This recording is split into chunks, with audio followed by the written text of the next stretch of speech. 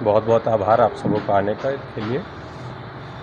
हमारे बाबा गरीबनाथ के इस पावन धरती पे ये 55वां साल है झांकी शोभा यात्रा का, और बाबा के कृपा आशीर्वाद से उनकी बारात यहाँ से निकलती आ रही है। ये झांकी सज्जा स्थल राम भजन बाज़ार में हम लोग अभी हैं।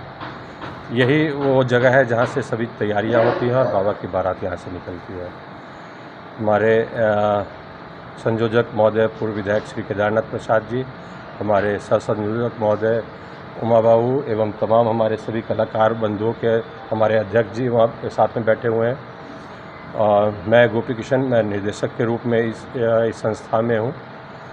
हम लोगों ने मिल के आज का एक सामूहिक कार्यक्रम रखा मीडिया बंधुओं के लिए कि अवलोकन किया जा सके तैयारी कहाँ तक पहुँची है, किस अवस्था में है, और आने वाले 2-4 दिन बाद समाज क्या देखेगा उसकी एक ग्लिम्प्स आप दे सकते हैं आज के इस बैठक और इस समारोह के रूप में हम लोग।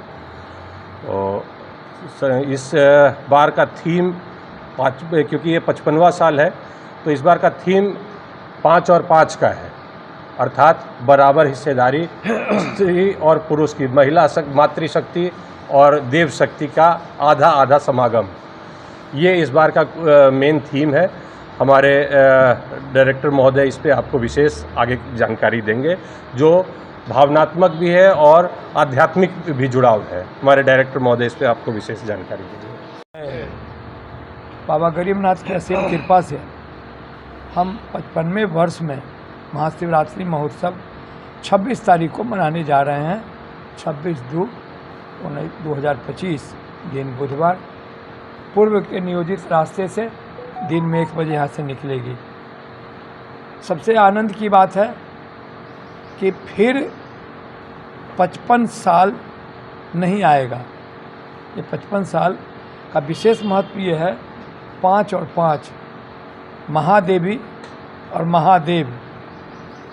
महादेवी और महादेव का अर्थ हुआ उमा शंकर, शिव पार्वती आदि शक्ति के बिना पृथ्वी का संचालन अवरुद्ध हो गया।